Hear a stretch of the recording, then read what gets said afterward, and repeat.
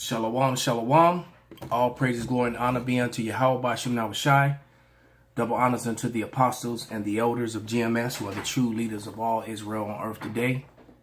And salutations to the Akim that are doing this work in truth and sincerity, risking their lives and their freedom to do so. To the confusion of face Akim that are joined unto our ranks. To the hopefully elect and the Akwathium that are listening and learning. To you I say shalom. Once again, all praises, glory, and honor be unto Yahweh Bashim Nawashai by Hashem Rakar Kadash. This is a recap on the video, how white people or how Edomites became white people. Okay, how Edomites became white people. And the name of this video is 1681, The Invention of Race, The Laws That Changed the World. All right, by this brother Philip Shock Matthews, because it's just shock news. It's truth like this is a shock.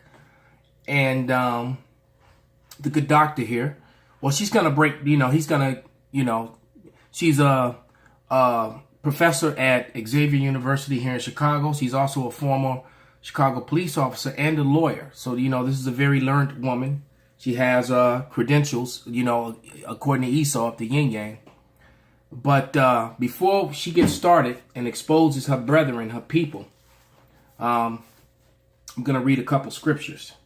All right. And the first scripture is Ecclesiastes, or the book of Sirach, chapter 21, verse 8. And it reads, "He that buildeth a house with other men's money is like one that gathereth himself stones for the tomb of his burial. The congregation of wicked is like a tow wrapped together, and the end of them is the flame of fire to destroy them." So the so-called white man is going to be destroyed for the wickedness that he's done. Okay? And his pomp is brought low. Okay? Let's get one more scripture. And I'm going to actually, what I quoted, that's in Isaiah 14th chapter. I've been bringing that scripture out a lot. That one in Habakkuk 2 and 16. Shame upon that glory. Because see, their history, they bragged about being on top, being in control, and this, that, and the other. And now that very history that they've bragged about is starting to be a curse unto them, because what's being revealed is the very true intricacies that are left out of history that's taught in the classroom. From the grade school level to the college level. It's a lot of details that's left out. But this is Isaiah 14 and 9. It says, "Hell from beneath is moved for thee to meet thee at thy coming." So it's going to be hellish conditions put on the so-called white man as you see the curses beginning to fall upon him. With the drug overdose problem, the suicide overdose problem, low birth rates, becoming victims of crime. And even though they won't really share with you that most of the crime that's done to them is by other whites, but they'll be quick to put, if Jake is doing a crime against an Edomite anywhere in America, they'll broadcast that. But the true statistics is that 71% of police officers that are killed or attacked in the line of duty, are it's at the hands of other so-called white people. And 86% of crimes that are done against white people is by other white people. Facts. You can go and look. Those are FBI statistics, not mine. So without any further ado, actually, Salakia, let me finish this scripture. This is Isaiah 14 and 9. It says, "Hell from beneath is moved for thee to meet thee at thy coming, and it stir up the dead for thee, even all the chief ones of the earth. It have raised up from their thrones all the kings of the nations." So war is coming, and it's on the verge. All right. All they shall speak and say unto thee, "Art thou also become as weak as we? Art thou become like unto us?" Verse 10 of verse 11. "Thy pomp is brought down to the grave, and the noise of thy vows, the worms is spread under thee, and the worms cover thee." Okay? So the other nations are now challenging and ready to go to war and fight with America, when in years past, the nations feared, but they're not anymore. All right. And that's just a sign of the time, the decline of America, the decline of the so-called white man. And now on Front Street is his fabricated history. And the history you're about to hear is directly connected to they infiltrated every facet of life, especially the Bible. You know, because they created Darwinism, came after this, so-called white supremacy, and all the lies and fictional pseudosciences that promoted it, that helped push it, including those that infiltrated the Christian religion, the made-up religion of Christianity. Because they took Ham, Shem, and Japheth and attached pseudoscience to it, which is Negroid, Mongoloid, and Caucasoid. And this is why people are so confused about history. All right? But there is no such thing. All right? So let's let her talk, and let's let this video play, and just let her tell it. Even worse. Oh, yeah, that's hard. Yeah, it's amazing. It's amazing you made it home. I mean, really, the Cubbies. So for as people need to know, we've had many conversations, you and I, many appearances on both the radio show and my live show here, shows with you and Dr. Robin DiAngelo. You were a professor at St. Xavier University in Chicago. You were a former police officer in Chicago, professor of sociology, and you wrote this amazing book that I came to be aware of, I don't know, maybe 2 years ago, 3 years ago, however long we've been working together, called Birth of a White Nation. And as a matter of fact, I remember reading a blog by Inez Davis. Yes. And she quoted you in that blog. And that's how I found out about you. And when I read your work, just that quote I remember, but just reading your book, it put everything in perspective. It was like the biggest aha moment of my life as it related to where does racism come from? It has to be a beginning. We just automatically think that it's always been here. And that's not necessarily the case. We know about American history, but we don't really understand how it came to be. So in recent conversations, you and I, you shared with me that it wasn't just the anti-miscegenation laws of 1681 that was a game changer, but you said it took another 100 years. The anti-miscegenation laws is basically laws that punished white women, so-called Brits and other white women in this newly created class of people, for marrying men of color, especially Negroes here in America, which were already here, and which were landowners and even slave owners, and most of them were Moors. And Moors were some of the biggest race traders in the history of mankind. All right, I'm going to do a video in the history of Israel. All right, because they came over with Christopher Columbus, as Hebrew interpreters. All right, why? Because Moors were and are Israelites, and they helped to keep perpetually their own people in slavery. Okay. And even some of the Moors here in America owned slaves. All right. And that history is going to come out right here in this video. After that, to create the construct, the social construct, the lie of construct of race.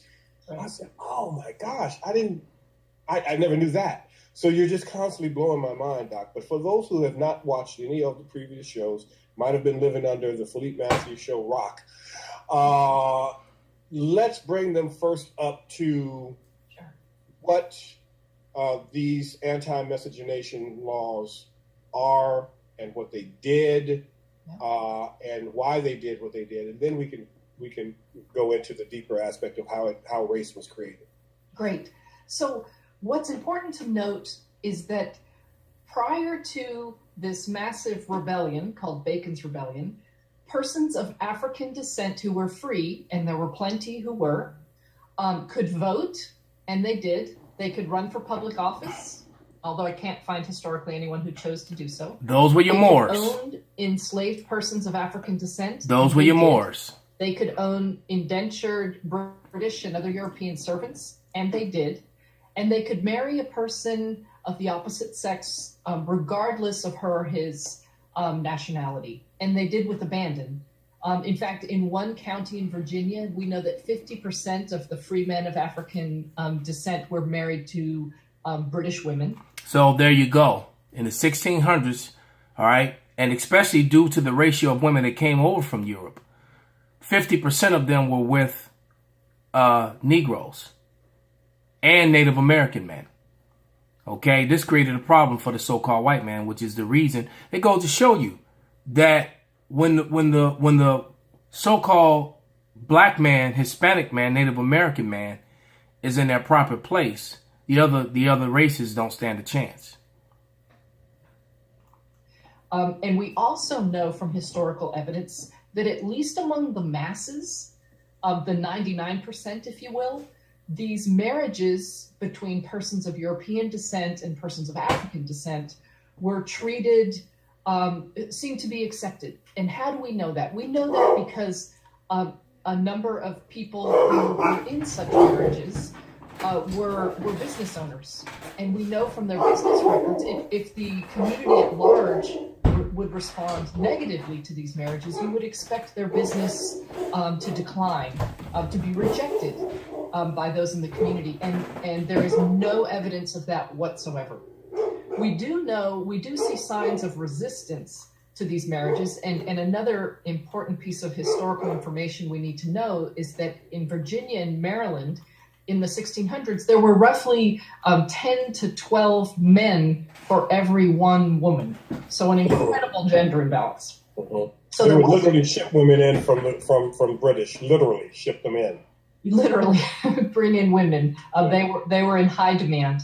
And so it was, you began to see a law in 1664 passed in the colony of Maryland that punished British women who married enslaved Negro men. And in the language of that law, first of all, the language says British and other freeborn women. This was the fragility and the insecurity of the so-called white man beginning to shine through.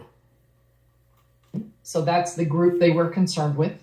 And what the law did was if such a woman married an enslaved Negro man, she was enslaved for the duration of her husband's life, and any children that they have would be enslaved into their 20s.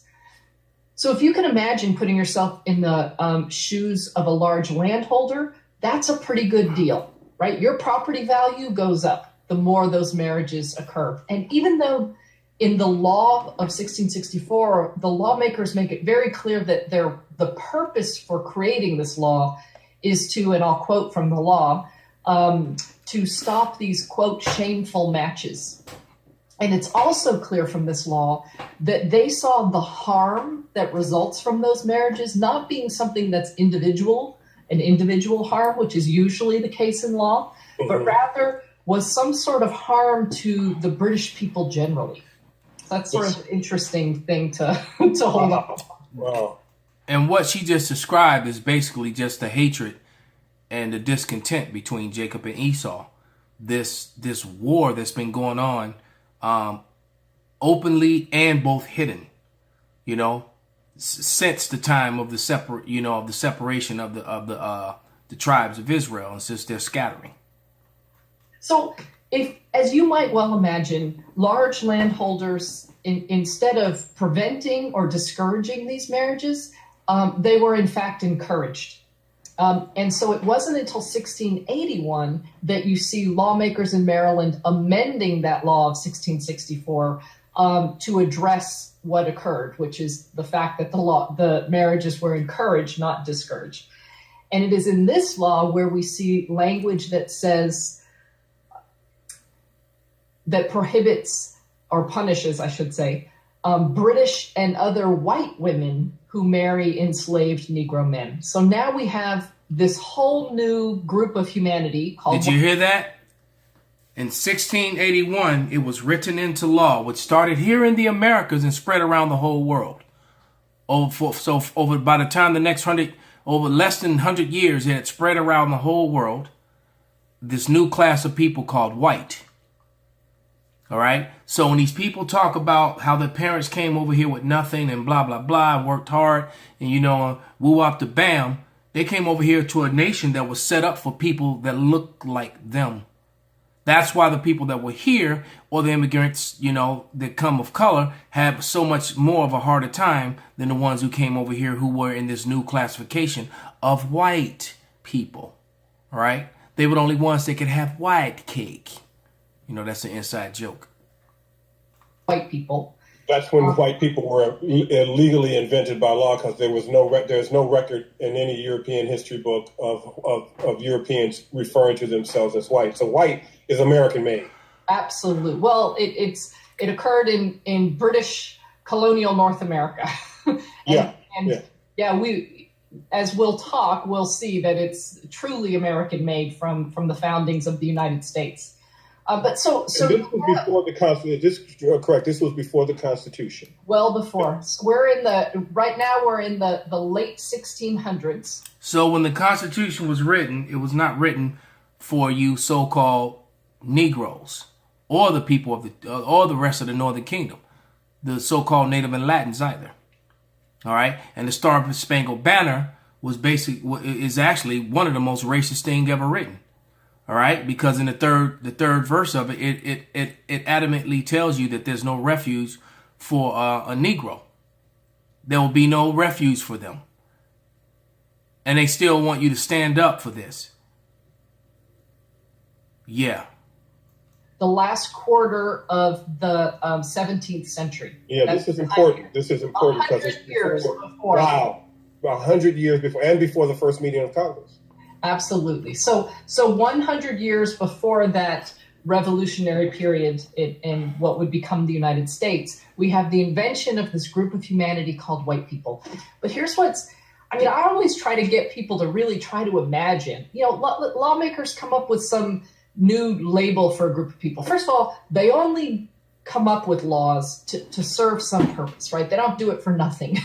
There's something that has to be served by that. And here's what we know. We know that right before the assertion of this new group of humanity, there was this massive, massive rebellion in the colony of Virginia. And Virginia and Maryland were they certainly had dissimilarities, like the predominant religion, but in many ways they were similar. They both shared that gender imbalance. Both of their economies were completely based in tobacco farming. Because of that, many of their laws and policies, followed each other. So we know that this rebellion in Virginia terrified the ruling elite, and it terrified the corporate investors in England, because their corporate investment was, very much threatened by this rebellion. The rebellion, again, lasted well over a year. It wasn't ultimately quashed until England sent in troops. And the man who the rebellion's named after, he actually died fairly early on from wounds that he received, Nathaniel Bacon. But this rebellion really frightened folks who owned land and who were among the ruling elite and the investors in England. Which at this time were also called white people, because what also went along with that law of 1681 was all those sellout Moors that were enslaving our own people that were here. They all were stripped of their lands, and a lot of them got sold into and became slaves themselves. So 1%. You can't get around the curses. All right, you can accept the more science and become a Muslim all you want. You're still an Israelite and under the curses. How do they respond? The lawmakers in England, in Virginia, wrote to the Legal Oversight Authority in London, who had legal oversight over the colonies, and said, look, not to worry, we have a plan.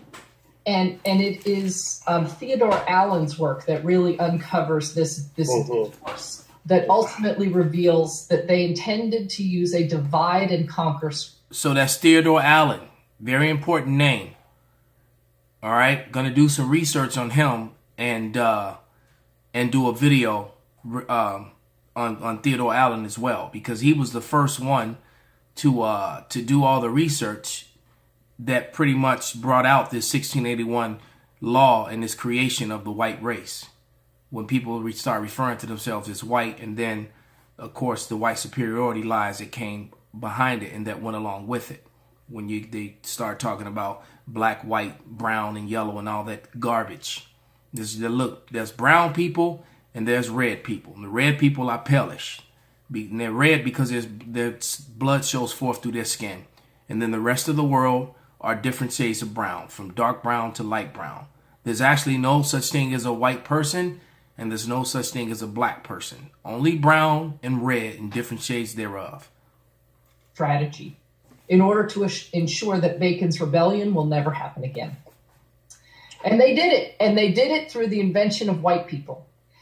And here's the crazy thing. So you have these lawmakers who've invented this entirely new label for people, never define it as a matter of law, up through to 2000, what year are we? 2017, still have never defined white people. And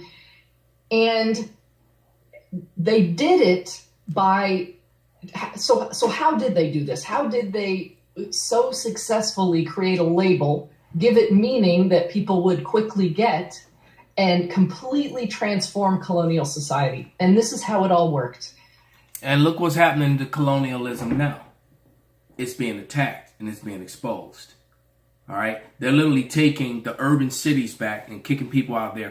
White people, so-called, are being kicked out of South Africa, out of their own apartments. And they're down there preparing for a race war, which the white people are probably going to lose horrifically because they're outnumbered. And all those damn Hamites, all those darkies, all those Hamites down there are armed as well and vicious. All right. And they're angry, which they should be. They have the right, because here they are living poorly. Africa's still probably the richest continent on the earth, right, with natural resources. But yet the people who are born and from there, that God placed in that land, all their wealth is going to this small group of so-called white people, and they're kicking them out. Well, that sentiment is spreading around the world, man. All right. The Edomite he's becoming an endangered species, and he's very much in danger. They created a whole bundle of laws that gave meaning to whiteness. For example, they passed laws that made it illegal for a person of African descent to run for public office, which means they could before. They passed a law making it illegal for free men of African descent to testify against white people, which means they could before. So those are two very dangerous things, because if I can't run for public office and I can't testify from you against you, that gives you complete total policy. That means that you can create laws that rule over me and block me out, that I can't get education. I can't work where you work. I can't even go into the same buildings. I have to go into the back door. All right. Policy which allows you to buy property, get licenses, own firearms. And then when you commit crimes against me, I can't even testify against you. Post-slavery, those laws really came into place. All right. So the so-called white man has a lot to pay for, and he's starting to pay. Not to mention that he's losing all his assets in the Caribbean. The Caribbean nations are starting to go with break away from the UK and from American and the Brits and from the Taiwanese, because if you know, Taiwan is basically a representation of America, and they're starting to go at Russia and China. So you got same way you got a mess brewing over in the so-called Middle East and Syria. You got one brewing right below America in the Caribbean Sea, where a lot of Americans like to vacation and live. All right, that's going to be my next video. It's getting ready to get very hot down there as well, man. All All right, so with that, let me read one last scripture. This is let's go back to this is Sirach 10:8. It says, because of unrighteous dealings, injuries, and riches got by deceit, the kingdom is translated from one people to another. So the so-called white man transferred power to himself through violent injuries, lies, and deceit. And now it's time for him to be destroyed. All praises, glory, and honor be unto Yahweh Bashem Abishai and Abba Babal.